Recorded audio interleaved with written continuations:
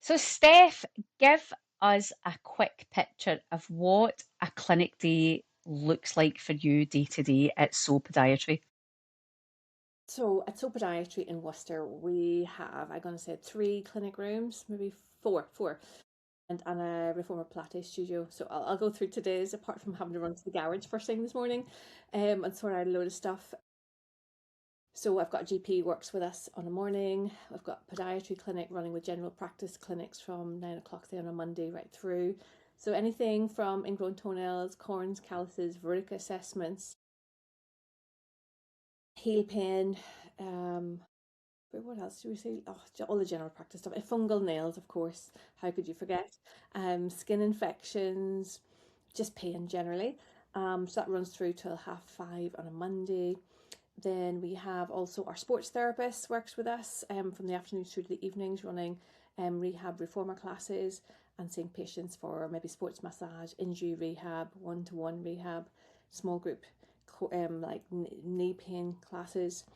And so anything from shoulder pain, back pain, massage, right through to reformer stuff. So that's sort of on a Monday. And then I pick up some clinics on a Tuesday. So I just do the MSK stuff at the minute, 2 days a week. So anything from pain when you walk, pain when you stand up, something you can't see. Basically, I say to people, what do you see? I treat stuff you can't see, stuff that you feel.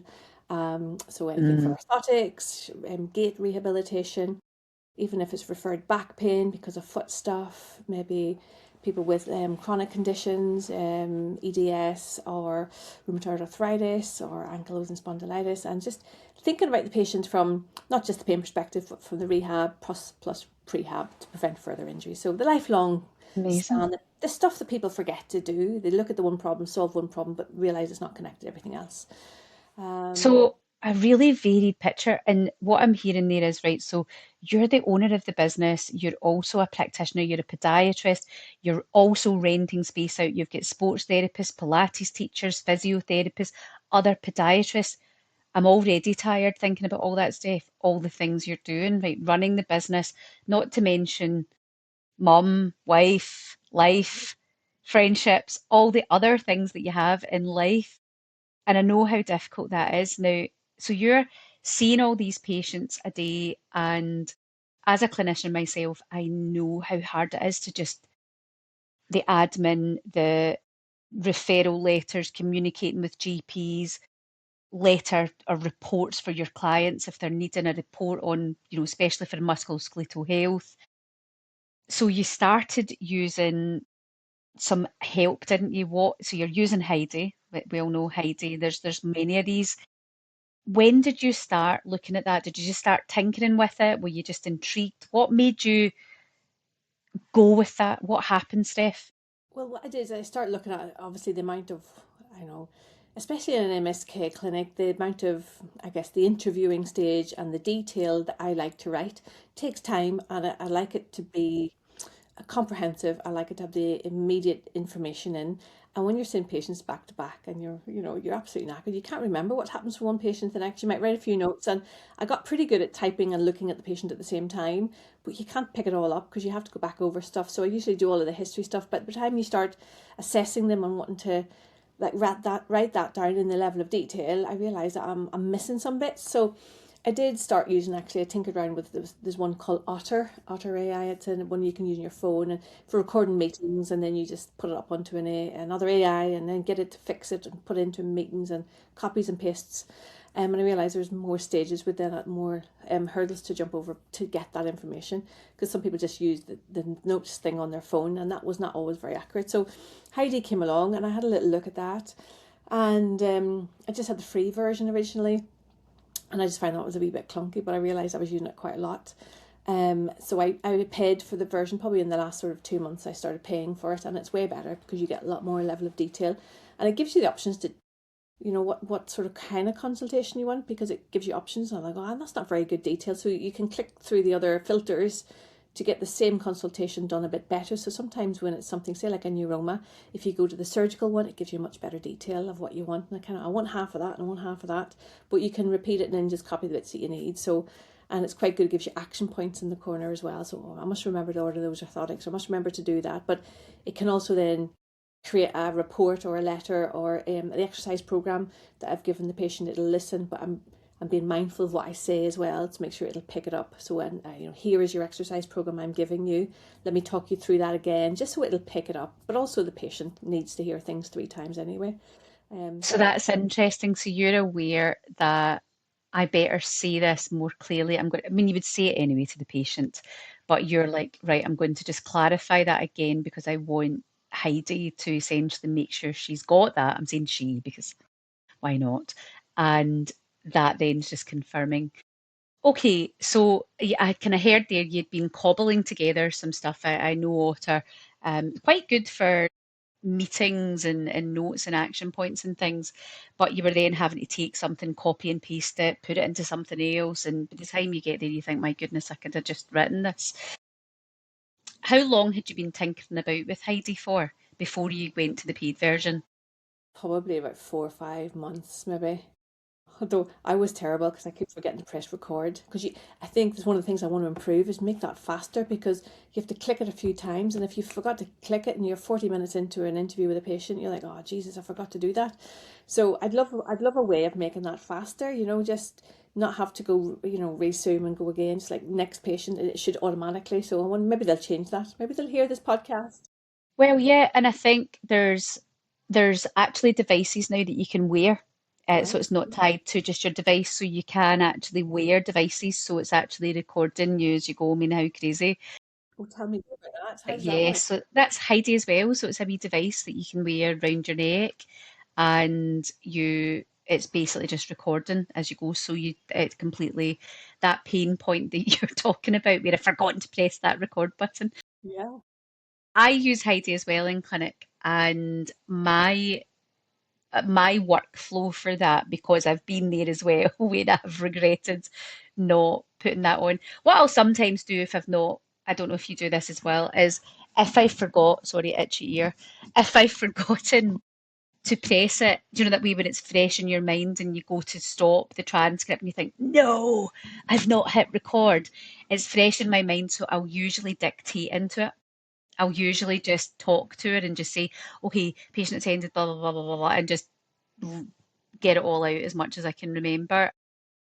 It's definitely better than not doing it because you will, by the time you get that next patient from the waiting room, you're like, oh, I can't remember what day it is, whether I was coming or going. So yes, there are devices now that you can wear, so that's something to look at. It's not something that I've done, but yeah, you can do that. But my workflow so that I don't forget is before the patient comes in, I've got all of my patients all linked up in Heidi. So their details are in, they're just all copied and pasted in. I know you can link it up with, I believe you use Clinical as well. So you can have it syncing up where it's pulling them in. So you're able to do that as well. But even if you don't want to do that, what you can do is just copy and paste it in. And then before I go get the patient from the waiting room, my workflow is copy and paste, put it in, press record at that point. So it's done. So by the time I go get the patients, it's already recording. I'm not having to do anything on my laptop. But what I picked up with you saying there, which I really like, is you got very good at typing while you were talking to the patient and you were missing things. I think we miss so much because we're struggling to try and get all the information into their notes that the communication, the eye contact, the trust, the connection with that patient is lost because you're so stressed about getting this all written down. Whereas now I can just have a conversation with my patient and it's the notes are get taken care to themselves, so I can build that rapport. I can actually AI is helping me become much more personable and actually calm in my work environment rather than stressing. Oh my goodness, I better remember and get that into the notes.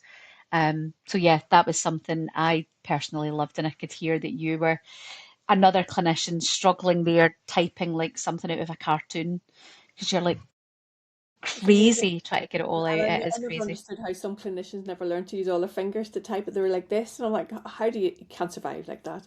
Can't No, survive. But I'm very good at typing, but not everybody is. Right, so let's talk a wee bit about your first impression of Heidi. So you tried other things. Heidi, I think, is the most well-known one. There are other things out there, and I think these things are only going to Yeah. expand as AI is expanding. So I suppose what made you in the first place look for something like Heidi, but you were probably quite an early adopter because you were using something before Heidi was even out. So what happened there, Steph? You've obviously been craving for something. I think Heidi got good marketing, and I'm a marketer's dream. I love anything that comes to me, makes my life easier and tells me what I need. Yes, I'll have that, please. It's kind of like it knows I'm looking for something and it's there, it's all over. If you're a healthcare professional, it's in every advert going. So yeah, obviously, and then people were talking about it on some of the forums, and I thought, well, do you know what, let's give this a go. And you try it out a few times, don't you? And sometimes, I mean, is it correct all of the time? No, it's not correct all the time. But also, maybe in Glasgow, my accent is different from yours. And then maybe from the south of England or you're from Gloucestershire, your accents are very different. It picks up the words slightly differently as well. So I've sometimes looked at it and it said left foot when it's absolutely the right foot. But, I'm not perfect either. I'm sure I've written that down myself sometimes. But, it's just Yeah, being able to go back and just check it and changing it and all sorts of things. 100%. You can't. It takes you about 85% of the way there, but you still need Yeah. to. But You've what's lovely is at the end of a day, and you've seen maybe 12 patients, and 8 of them are new.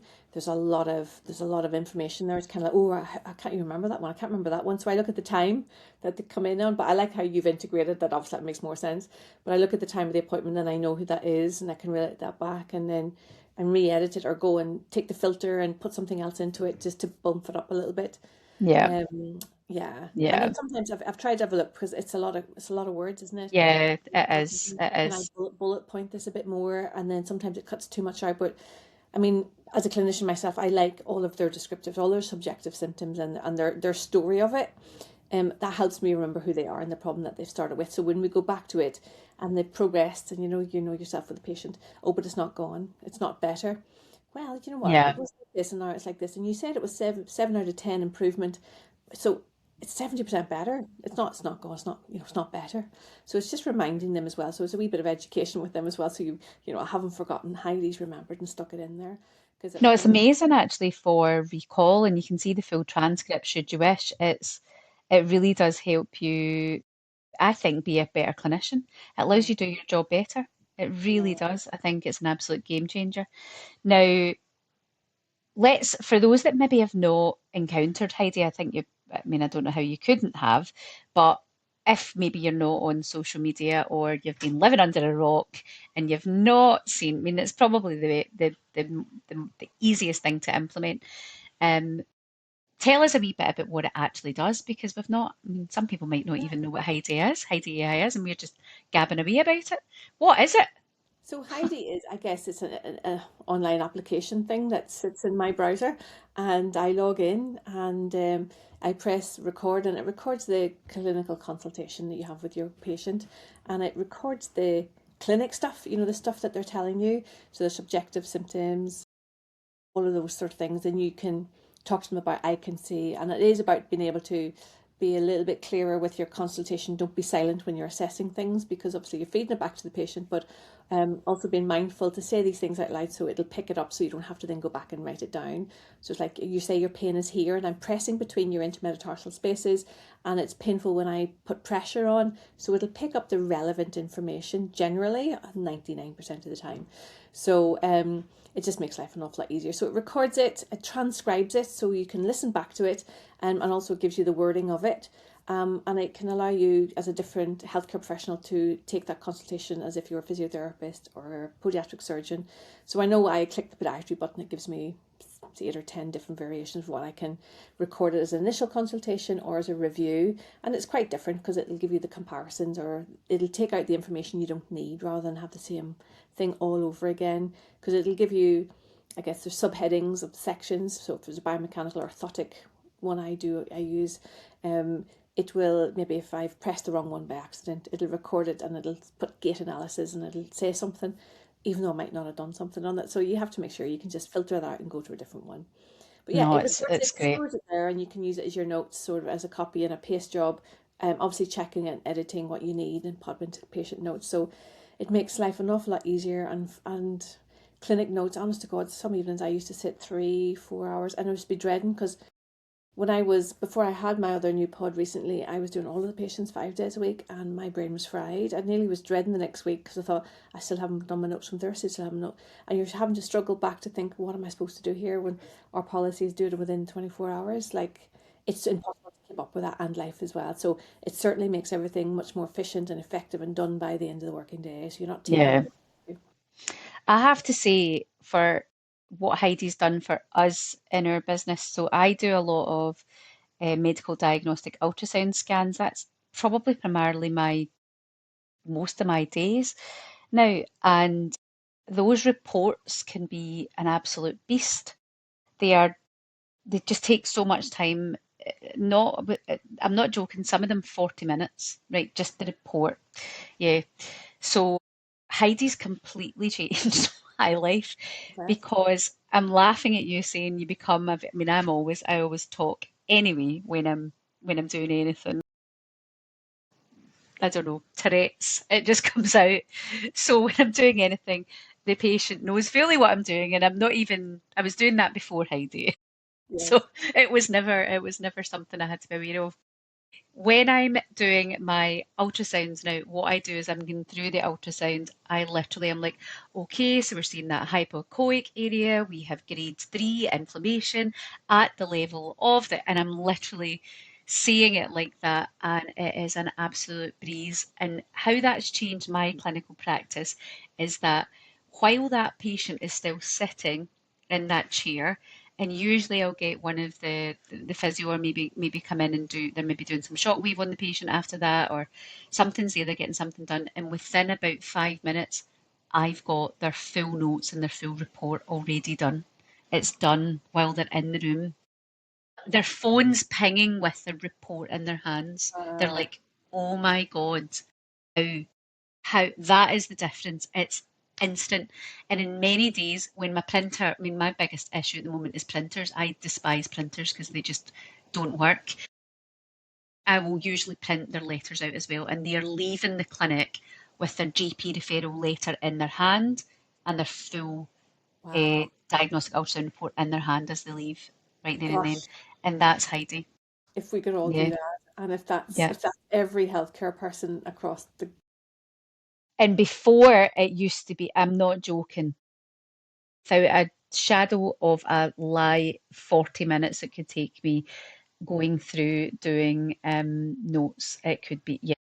9 out of 10 times our clients will leave with their notes already in their inbox before they leave amazing. the clinic. Yeah. And that's with Heidi. So yeah, having that workflow of the Yeah. things that you do. Now, some people watching this will that are healthcare professionals will be a little bit wary of this. And AI can be a bit scary, but it can also be unsecure. And I think we do need to raise that because we are recording something that is obviously, sensitive. I know a lot of GPs are using Heidi as well. A lot of surgeons are using Heidi. And I suppose we need to, when we're looking at this now, it is fully secure and safe. It wouldn't be, it's allowed in the NHS, and you'll find in a lot of NHS clinics, Heidi is being used. You might not fully be aware that it's called Heidi, but it will be getting used. But was that something you considered, was the security of that and some of the conversations that you would have in that clinical room was now being recorded? Yeah, obviously, of course, because confidentiality is really important. I think they really let you know that it is not going anywhere, and I love the fact it doesn't record their names and their details or anything like that. It's a personalized login, so nobody else is accessing it either. Um, so they've obviously given us reassurance that those are the issues because everything can be hacked these days, isn't it? Yeah. And I guess it's maybe, is it one of the reasons why I haven't linked things up? Probably because I don't know how to link that up, obviously. But the fact that it's separate means that there's two things they've got to find to find anything. It's like anything online. People are wary now about cybersecurity because the effect, there's no bank details on there, so that I don't think they'll be looking for it. To be fair, listen I to don't that. think with us they're really going to find out anything about, yeah, they've got, osteoarthritic changes to the hallux, it's not really. not It's not very really, interesting for yeah, salespeople, I is don't it? know. I'm gonna I think they're go. more interested in money.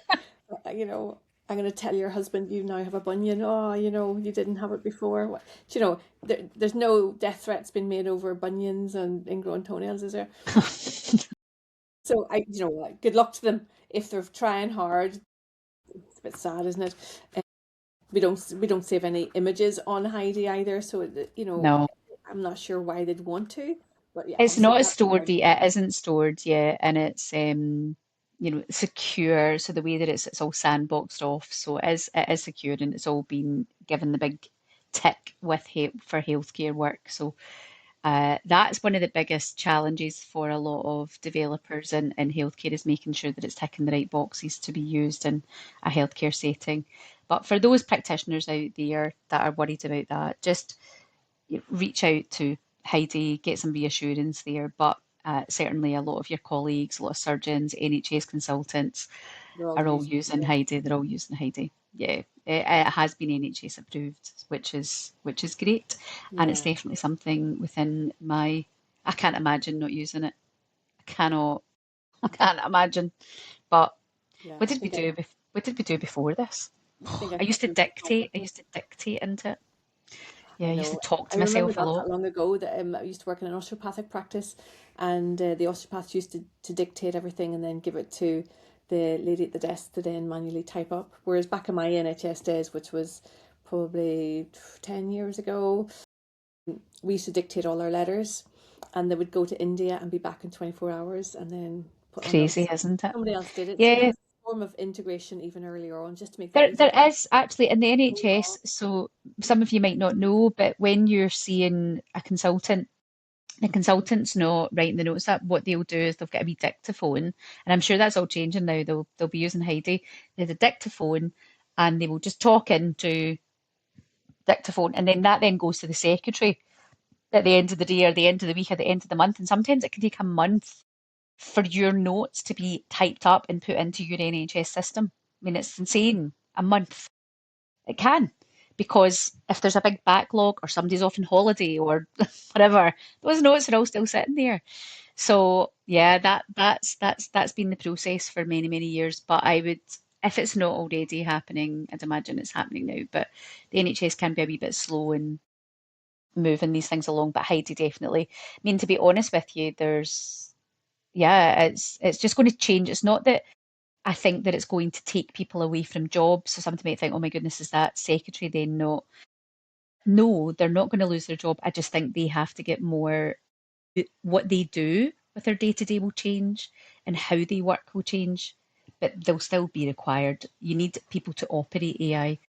Not, we're not going anywhere, but we're going to have to learn to operate it, or or you will be at risk of being left behind.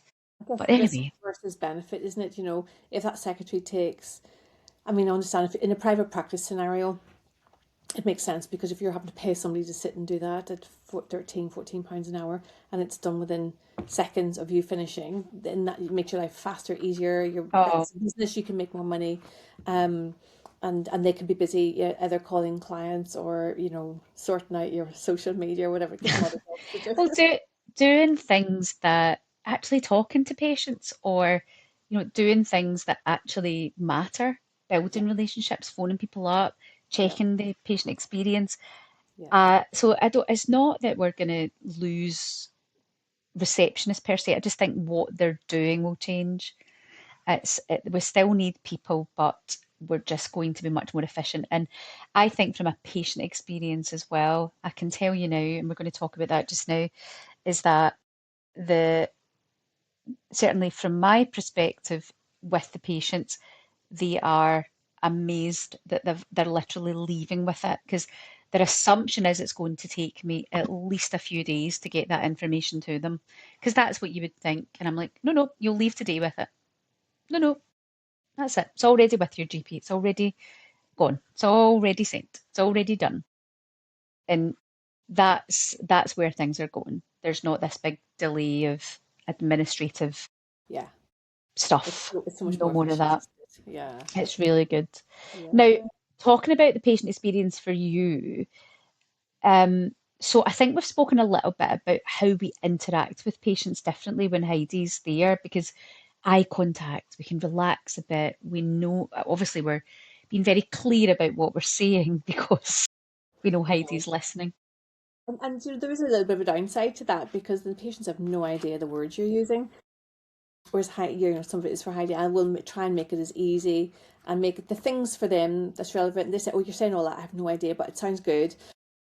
And I'll say, "Well, let me break it down into layman's terms for you." You know, so some of it is just a bit different, but the what was I talking about? Oh, how we interact, yeah. um, yeah, It's just Monday. It's Monday, the it's more. 27th of April. It's Monday. I felt like I've straight went from Friday straight to Monday. Where we're going? Oh yeah, what am I talking about now? The So, experience. how the patient experience, how they feel. So, you were talking about when you're talking, you'll sometimes use language that's more for Heidi rather than maybe for the patient. Yeah, but it's kind of working through. So I have like a little process of how I go through my consultations, and I'll do this bit first, then I'll do that, and then I lay it out at the beginning, and also this is what I've always done, anyways. Like as you come in, we're going to talk about all these things that's going on. Then I'll have a look at you walking up and down. Then I'll have a look at you lying on the bed. I'll assess things, and I'll probably get you walking again, and we'll do some other things. We'll record a video, and we'll do some foot scan stuff, just so it gives me a good all round view before we give you the full picture of what's going on. So then we'll do the assessment and I'm talking them through that. And then I summarize at the end, here's the problem you have. Here's the possible reasons why that is a problem. And here's what we need to do. And I do all of my consultations like that. So it's very logical to them as well. And it flows in beginning to the end. And then Heidi will obviously dictate and record it in that way. So it allows me to zoom down to check the bits that I need. So it's kind of like, I just do it slightly different. Well, no, it's the same, but I don't have to type it up now, and it remembers everything. So its I brain is know way it's, more powerful than mine. oh, especially at menopause age, it's real. It is absolutely real. Now, do you feel like you've got a better connection now you're with your patients now that you're looking at them and not looking at your computer screen? Do you feel that it's easier to connect with your patients? Do you feel different in that room with them? Well, I'm gonna say I feel like I've always do connect. I don't think that's deepened it. It maybe allows me to talk to them more. Sometimes that's not always what you want, or they have an opening and they talk more. And they deviate off, and you're trying to bring them back around. Because when I'm against the clock and I'm trying to type everything, I'll be like, "Let me bring you back," and I'll cut them shorter to make that happen. Whereas I know Heidi's picking it up, so I can be a bit more relaxed, let them open up a little bit, and then move them swiftly on to the next thing. Because inevitably in any clinic, you're against the clock every single time. And then it allows me to be not late for the next one. I was always running a wee bit late because I like to talk a bit too, and I over explain it probably, but I feel like that gives them a reason to really understand because they just needed hearing a few times. And they still go away thinking I have no idea, but I know what I need to do. I know idea what we talked about. Whereas now it's easier, and then I can say, look, I'll send you a summary because you can then on Heidi take a summary and then email it over to them. And sometimes if I'm giving them like links to like shoe companies to have a look at online or types of shoes to look at online, then I'll because I'm saying it loud, I'll send you that at the end of the appointment. Heidi will record it in the side, so I'll make sure I have sent those links. So yeah, I give them more time, probably more energy, but we also still have to be reasonable in the sense of it drains our energies a little bit because we can give more, so we end up Yeah. giving more. That's why we're in healthcare, isn't it? Yeah, you can end up completely burned out. That is, you're empathic and you're everybody's dumping on you every Yeah, day. So it is a lot. It is a lot. So Heidi's helping us a little here. Just means that when we leave, we've not got 3 hours worth of notes to do and yeah, having to think back, right, was that Jean or was that Betty? I Was it know. the left leg or was it the right leg? Oh, Yeah, yeah, and you I get sit what you mean. yourself visualizing yourself in the room. Wait a minute, which one was it? Yeah, Yeah, yeah, yeah. we're all there, especially when you've seen about 12 patients in a day. Now, let's talk about trust, a wee bit about trust and risk of Heidi. So, we've kind of alluded to this a little bit. So, getting things wrong, it's not perfect. So, what kind of things you kind of alluded to saying the wrong right or left side, it kind of picked things up. What other things have you noticed? If you maybe talk, so say a patient says, "Oh, I think I'm hypermobile," but you sort of assess them, and they're not really. They don't have a high Beighton score, a Beighton score. They don't have any gut issues. They don't have all that sort of connective tissue stuff going on. But somebody once said they were a wee bit bendy. They hang on to things. You might have had that conversation. It'll put down they've got hypermobility, even though you've sort of discounted it. So you have to go back and just edit those things out. So if you've Mm, talked about even family history, say of diabetes, and we talk about diabetes and the fact that maybe they've started on a GLP-1 and they're looking at those sort of things, it'll say they have diabetes. So it's kind of just editing the bits that that need to be looked at. So it is, and you yeah, have to check. Um, yeah, and sometimes if you've talked about if they've had operations and stuff like that, although we do through our clinic go get them to do and fill in their medical forms anyway, but I always go back over it and they always disclose stuff that they didn't put in the notes, do they? And you're putting bits in. It might say something different. It might be a different year because they've mentioned a year for something else. So it's just little things like that. Um, yeah, you still have to check. I've noticed it will sometimes, and it's usually quite good, but say, for example, I'm chatting to the patient and they're talking about, oh, they've had like some today, a prime example today. So it was a knee this person was in for. So it was their, say it was their left knee. And we were talking about surgery and things. And that's where that patient was going to be going, a knee replacement.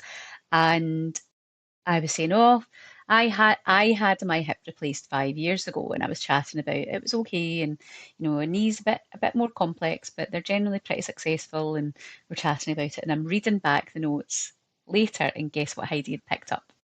That they'd had a hip replacement 5 years ago, and not yeah. picking up in that context.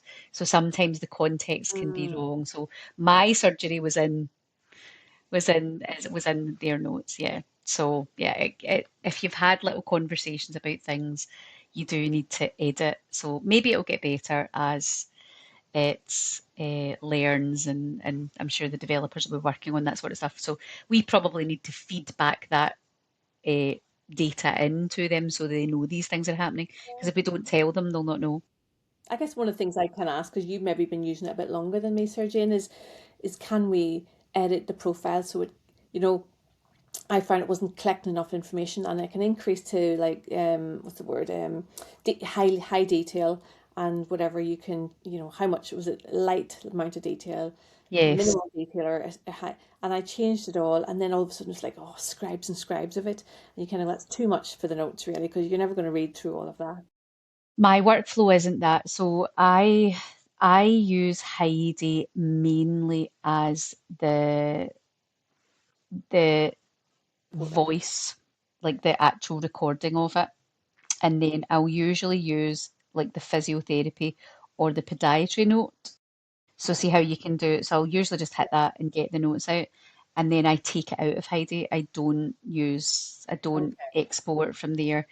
And then I've built a bot for my reports and things. So I take that information and feed it into my bot, and it produces my reports the way that I want them So it produced. So doesn't I have a don't, doesn't have a radiographer or sonographer report writing in it. Okay. for me, well, it probably could, I could probably create one, but I wanted, so for example, okay, so we're going off piste here, people. So I built a bot that was, I've called it Sono. So Sono for radiographer, so, sonogram. So I built a bot and I put in all of the brains of all of my teachings of diagnostic ultrasound, the terminology I want used, what that means, grading, scores, research papers are in there, books, quotes, university notes, all of my notes. It literally is a big brain and it has all that information, and that information is all sandboxed. So it's in like it's ring fenced. It's not online to the world. It's just like a big repository of information. I take those notes and I give it to my bot, Sono, and say, next patient, on you go. And then that then produces a beautiful report, puts it into a PDF file for me with my details, how I want them, my name, my credentials, phone number, all of the stuff displayed how I want it displayed, terminology, how I want it displayed. And that's my workflow because that just works. You don't have to do that, people. It doesn't have to be like that, but that was, for me, it wasn't good enough for what I was happy with. Yes. And it was fine, but I wasn't happy with it. So, but I use Heidi every day for that, getting that information, because from a mic perspective and getting the transcript, Mm. really, Very really good.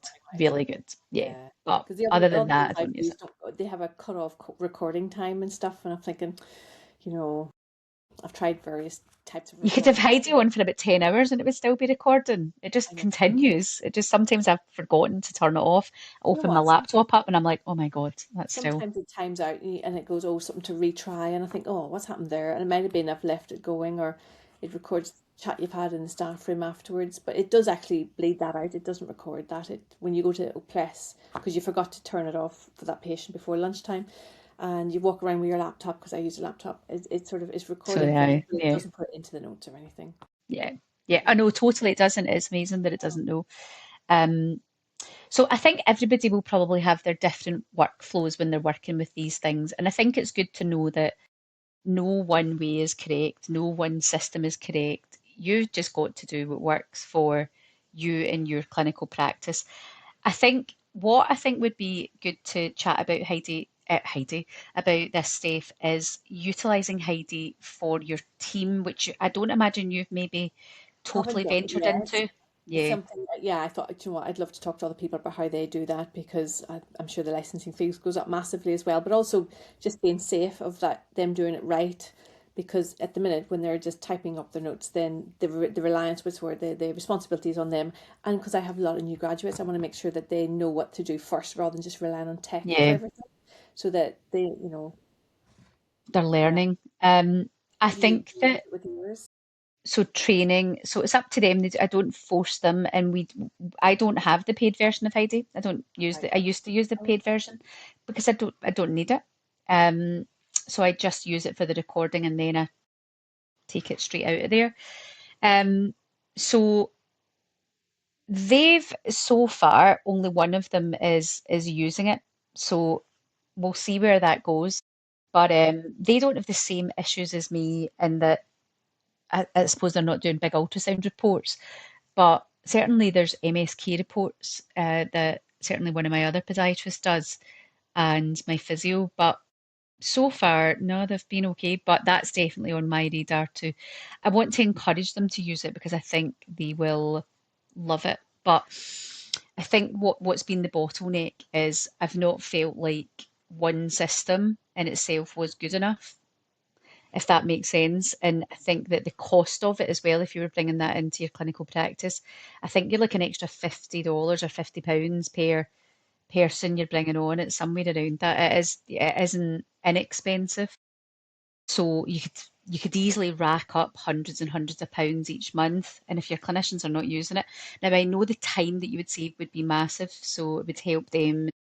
So I do think we need to do these things, but I still don't think the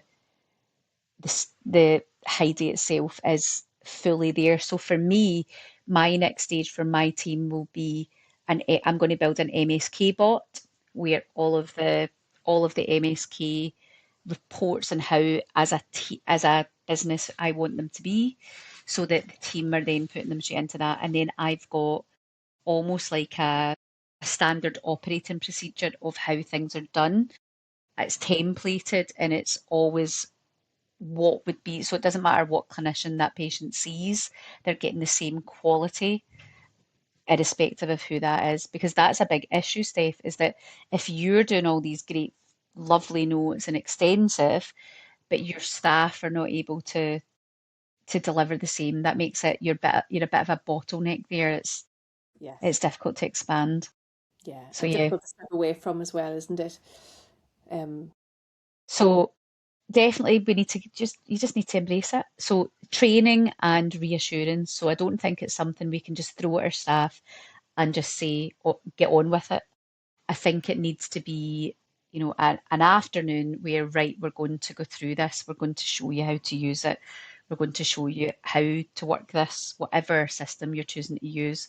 And there just needs to be that support there for them because it is a big step, and you as the business owner need to be comfortable that what they're using it in the correct way, ethically, all of the things are not going to be caught out, and they're not going to just take verbatim what it's saying and that it's been checked. So yeah, it's not easy. Tempting as it is, isn't it? Because when you're trying to work at speed, God, you're kind of thinking, right, well, I do need to check. So even like I often leave it in a draft on there, and then, do you know what, sit down, maybe the beginning of the next day with fresh eyes, go back and reread it and then edit it because you remember the story quite differently the next day as well. yeah. Especially MSK notes, they're so big. Are They can be massive. I did a report this afternoon and it was 3 pages long, 3 pages in it. And that because the report's got it's like a full MSK report with diagnostic ultrasound and management plan. So it's everything in that one letter, but three pages deep. I think And you're going to be showing people up now. People put everything in about 4 paragraphs and off you go, and the patient well, kind of don't know what's wrong. You know, I know. aye, but it's all relative. So Ollie had maybe done the MSK part, so that's the other podiatrist. So he'd done like the Oxford biomechanics run 3D thing. So all of that information's in, and he feeds that into me. So I then just dictate that in based on what it is. We've then got the diagnostic ultrasound scan and all that stuff in there. We've then got their full history and stuff in there. Hi, lovely to meet you. Okay, you discussed this. The usual stuff you would, people love to Yeah, read their name. of course they And do. then, hi, they like to know, oh, yes, they were listening. And then you're then moving into here's what we found, here's what we did, here's what we recommend for your management plan, here's your link to your rehab, here's a refresher of what you're doing with your rehab. So it's all there for them. Here's your Yeah. next steps. I know you're sitting in the dark there, Steph. Oh, So, very and there was light. And so that it just completely changes how you work. Yeah, 3 pages deep. There's no way. That would have just I would have been thoroughly miserable thinking about having to do that. God. It'd have just been like, I oh, I just need don't to think do it would this. happen with it. You kind of thinking, oh my God, how long is that Not going to three. take? It wouldn't be. It And would then when be. we're, Oh, charging for reports and stuff because it takes so long, and I used to charge £70 for a report, and I thought, well, that's taking me an hour and a half. There's no way £70 will cover that. You sort of thinking I needed like triple that because it's just the time. It's very taxing to go back and make it sound. And I guess one of the things I suppose the question to ask is kind of like is it when they start taking it to other people, that medical legal thing around it, isn't it? It's like it's now a report. How well is this? I wonder yeah. how. If you, as soon as that's in your notes, as soon as that's it. It is a. That is it. It cannot be changed. You can add an appendix to it. You can add, but that Yeah. is it's out there. I mean, we've always been rightly or wrongly we've always given our patients our notes at the end of their consultation, and it was something I learned back in 2015 from it was a marketing it was a healthcare marketing thing I did, and they advised to do that because it just helped with clarity for the patients. And then down at the bottom, it was also how to book and how to. So it was they're going to read it, and it's always worked well for us. We've always been in the habit of sending them their notes. Right. So our notes have always been like a letter, not just like your SOPR notes. Yes. So yeah, they've just been they are a wee bit like War and Peace, I suppose. It's whatever works for you. But Yeah, yeah, there you our go. notes have been something we've done always. So we've always sent them to them or given them. But usually they'd be emailed over because it would take me days to do it. Right. A lot of work. Oh, it is. But it is a lot of work. But I think the guys were right. It was an Australian company. I cannot remember who it was. One of these practice marketing companies, and their reasoning for doing that was that is an amazing way to just better communication, better adherence to programs. They're Yeah. going to want to rebook with you. You've got that transparency, clarity, health, ownership, everything about it, and I totally. It's just always something we did. You can't imagine not doing that on AI now. I did, well, we used to do it. So I used to only do it for new MSK appointments because it Yeah. got, somebody coming in for a fungal nail. I was like, right, I just can't. I haven't got it in me today to to grade this fungal nail as fungus. How fungusy is it? It's just fungus. So It's we yeah, like, I guess it's not AI, but we have like standard templates that we might use, if we God. want to, for like referrals to GPs for Yeah. oral therapy and stuff like that. And it's very straightforward. It's one toenail. It's There's an issue. Here's what we got to do, and then here's an advice leaflet. Here's the pack of things you need. Come back in 4 weeks. So they don't need like War and Peace on that. Oh, yeah, exactly. Yeah, So I've never done that. It's always been your MSK ones, your yeah, ones where they're needing a course of shockwave or they're yeah. needing extensive rehab. It's all of that stuff, but never really core podiatry stuff. Maybe nail surgery. Yeah, there'd be a wee bit more communication there. Hmm. Okay, so for you, right, going to talk a wee bit about business impact in Hmm. Heidi. Has this changed? I suppose what I want to ask is, how has this impacted your clinic for you? I think it's just time. It gives me back so much time. Although there's other things filling my time right now, which is great because imagine, if you're running, if you're, say, like, and many podiatrists do, they're a sole practitioner in their own clinic and they're going home and sit and writing notes at 11 o'clock at night. When your last patient was at 5 o'clock and you're sitting at 11, 12 o'clock at night, cup of tea, right, I'll do all my notes. I mean, we left school, let's leave homework behind us. This is kind of like, I need time just to decompress, time with the family, time to catch up on your next Netflix series, not sitting writing notes every night of the week. It just, the whole burnout, the whole exhaustion, not being able to think of anything else because in the back of your mind, I still haven't written the notes. I must write the notes. I must Yeah. write the notes. So it is time. Time is the thing that's really impacted hugely to allow me to get on with other things. Really. And do you think tools like this will start to change how clinics run, Steph? Well, I'm not going back. Are you? So, I think it's, if people are a bit afraid or worried, it's certainly one of those things you've got to try it because AI is coming at us at a million miles an hour. It really, really is, and there's so many possibilities of things that can really make a difference, isn't it? And I have clients who work in the computer space, and they're saying, I wouldn't want to be at the beginning of my career because AI will replace all of these. Even for big payment companies are getting rid of 200-300 people, and then I only got 4 people at the top because they've got bots doing their jobs. It's kind of realizing this is happening. So let's figure out a way of making our lives easier and implementing things that will make a difference so that we can, I suppose, give a better service to our clients in our, they come to us for personal service. They want us as people to still be that interface of who they deal with. But if we can have systems that make such our lives easier, then we've got more for them. And then we still have our time in the evenings, or weekends, or We're not miserable. yeah. If you were talking to somebody who is not using any tools like this yet, do do you think they're going to fall behind? Well, probably, I mean, if they're still writing paper notes and things, they're already behind. I think if you're not embracing things, you're going They to fall. still live amongst us. They There is do. a few, I'm sure. And I'm thinking of going from paper to online. It's kind of like as soon as I set up my private practice, I was already on Clinical straight away because it's another interactive platform that is so intuitive. It's much, much easier, but I could not exist without it because it automatically sends stuff, it sends email reminders. So anything you can automate that stops you having to do another task is ideal. Imagine if you could set Heidi to, like, okay, you've done my notes for me, now write those letters and then link it up and then send it by email. I didn't have to do that. It's just done it. I've just had to tick to check it. It's like, it's not it's a bit like your reports, isn't it? It's just done.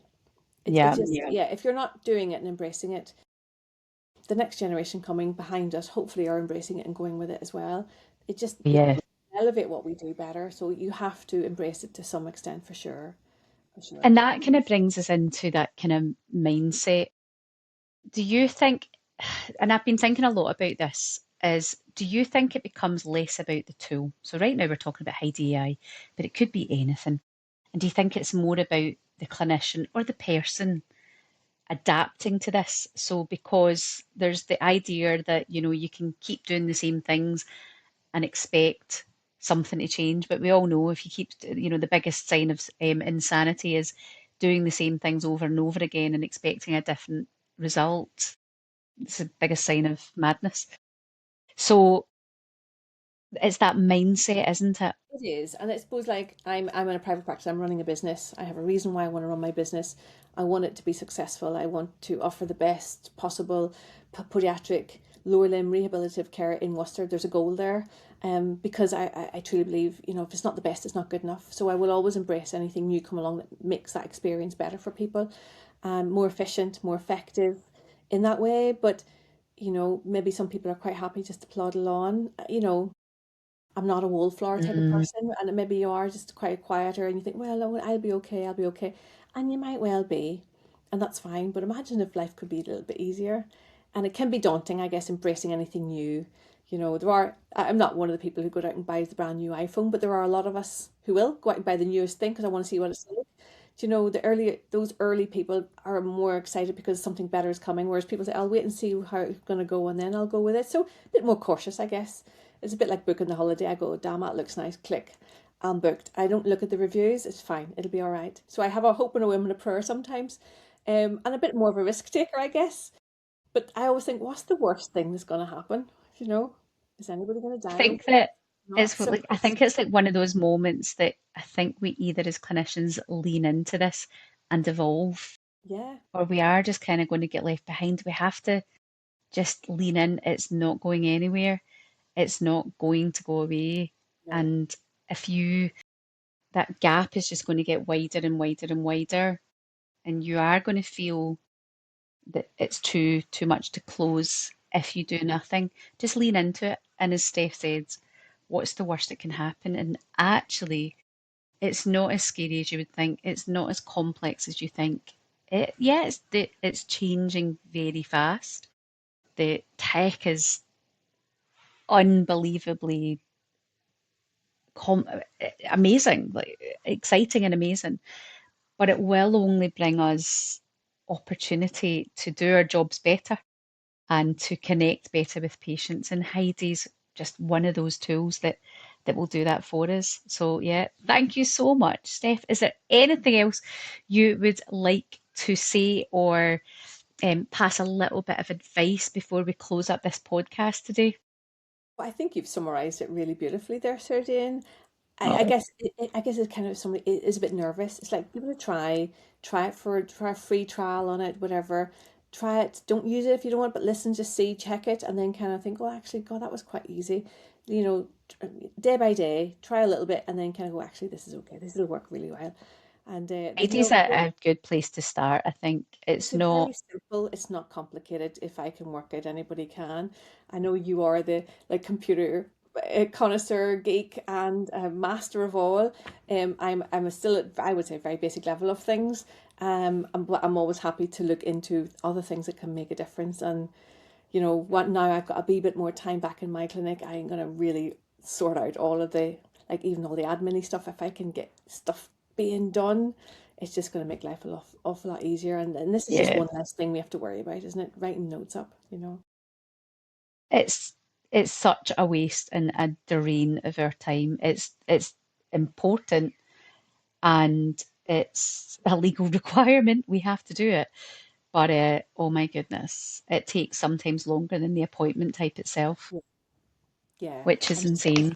and it's like as a profession, we're so strained in the sense that there's a lot of work on that we need to reserve some energies for ourselves. So it is a self protective mechanism as well. It's like if that can make my life easier, whew, I get to go to the toilet. Do you know how many times in a day I hear clinicians, I never even got a drink and didn't go to the toilet all day, and that's just insane, isn't it? Really? Yeah. I can't say, do you know, I'm maybe a bit guilty of this, I'll be honest. I very rarely go to the toilet or have a break or eat. I don't have a lunch really ever, which is not good. Um, so sometimes, and I need to check myself for that because when I'm in work, I'm in work, I just work.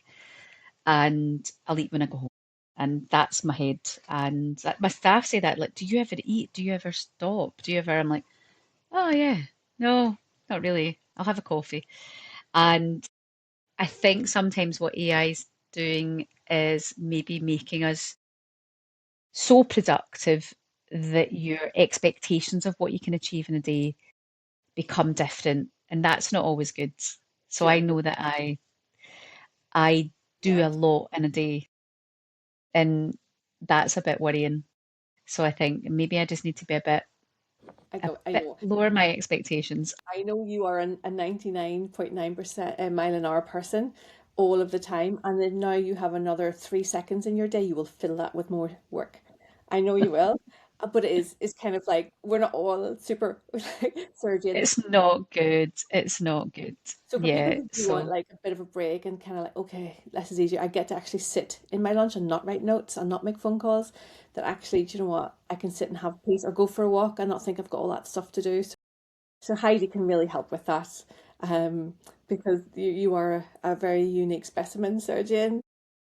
I need a bit of a gap in my day where I can actually breathe and kind of go, okay, right, it's 3 o'clock. Let me go and get something to eat before the rest of the day goes on, So, or hopefully I sleep. don't, I genuinely find when I stop though, I struggle to get back up to go do it again. So, and 3 o'clock of the day actually is the danger zone for me. I need a nap about 3 o'clock. I find 3 o'clock a difficult time. Between 3 and 3:30, I don't know what happens. Something happens in the energy, and I need a wee moment. So, Do you know but what I'm it is? fine It's if I'm working. because America's gone online. You're going, ooh, I have to take all that on Oh, now. Like the and Wi-Fi, probably it's it's like not 3 o'clock. I'm like, oh, 3 or 4 o'clock the our time. Wi-Fi slowed down. America's online now. Oh, where Maybe so funny. it's definitely We're my wired. Yeah, time. Yeah, that three half three. It's usually the kids pick up, but in saying yeah. that, I generally finish at 3 now. Um, Wow, that's so amazing. yeah, I work.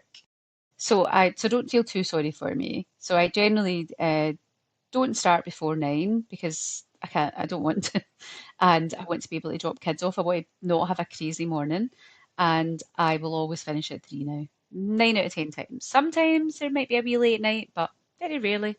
That's it. So I'm not, I want to be there at the school ground or picking them up or do I want to do it? Yes, you do really. But mum taxi driver. But yeah, I don't work past 3. And the goal would be to get that down to maybe 3 days, 3 days max a week. That's the goal. Right now it's 5 days. And I'm like, so yeah, so there you go. Right. On that, Steph, thank you so much for joining us. And before we head off, can you tell us whereabouts you are in Worcester so we can all find you and what your web address and things are? Yeah, so we are You know? in the very city centre of Worcester, right next to a lovely courthouse and the train station. So we're SO Podiatry. We are so-podiatry.co.uk, also on Instagram and Facebook at SO_podiatry. So yeah, we're right on there. We're on Google as well, Google Maps. Where else are we? We're everywhere. We're on Yale.com. Everywhere. We're everywhere. We're everywhere. But yeah, So Soul Podiatry or SO Podiatry. yes, that's the Fantastic. Stephanie Go Owen. check them out. Thanks, Steph. Thank you very much, Arjun. Cheers. Bye.